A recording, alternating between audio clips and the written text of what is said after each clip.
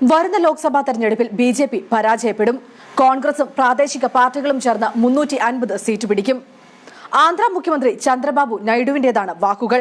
ദേശീയതയിലും മിന്നലാക്രമണത്തിലും ഊന്നിയുള്ള BJP പ്രചാരണം വിലപ്പോവില്ലെന്നും ദക്ഷിണേന്ത്യയിലും വടക്കുകിഴക്കൻ സംസ്ഥാനങ്ങളിലും ബിജെപി പ്രതീക്ഷിക്കാത്ത തിരിച്ചടി നേരിടുമെന്നും ചന്ദ്രബാബു നായിഡു ചൂണ്ടിക്കാട്ടി. പ്രധാനമന്ത്രി നരേന്ദ്രമോദി വാഗ്ദാനങ്ങൾ പാലിക്കുന്നതിൽ പരാജയപ്പെട്ടു. കഴിഞ്ഞ 4-5 വർഷത്തിനുള്ളിൽ ബിജെപി നിരവധി തെരഞ്ഞെടുപ്പുകളിൽ തോറ്റു. കറൻസി നിരോധനവും GSTയും രാജ്യത്തെ സാധാരണക്കാരെയും ചെറുകിട കച്ചവടക്കാരെയും ചെറുതായല്ല വലയ്ക്കുന്നത്. പുൽവാമയിലേത് ഇന്റലിജൻസ് പരാജയമാണ്. മോദി സുഹൃത്തുക്കളെ സമ്പാദിക്കുന്നതിനേക്കാൾ ശത്രുക്കളെ ഉണ്ടാക്കുകയാണെന്ന് ചന്ദ്രബാബു നായിഡു കുറ്റപ്പെടുത്തി. പൊതു തെരഞ്ഞെടുപ്പിന് ശേഷം മോദിയും അമിത്ഷായും ബിജെപി തന്നെ തൂത്തെറിയുമെന്നും ചന്ദ്രബാബു നായിഡു പറഞ്ഞു. കോൺഗ്രസ് 4-5 വർഷത്തിനുള്ളിൽ നിരവധി മിന്നും ജയം നേടിയിട്ടുണ്ട്. പ്രാദേശിക പാർട്ടികളും അതത് സംസ്ഥാനങ്ങളിൽ മികച്ച പ്രകടനം കാഴ്ചവെക്കും. പ്രാദേശിക പാർട്ടികൾ എല്ലാം ചേർന്ന് 200 സീറ്റ് നേടും. കോൺഗ്രസ് ചുരുങ്ങിയത് 150 സീറ്റ് നേടും.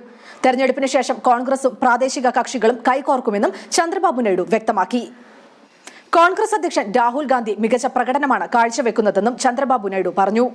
കോൺഗ്രസും പ്രാദേശിക പാർട്ടികളും പൊതു അജണ്ടയുടെ പേരിൽ ഒന്നിക്കുന്നത് കൂടുതൽ നന്നായിരുന്നുവെന്നും ചന്ദ്രബാബു നായിഡു പറഞ്ഞു.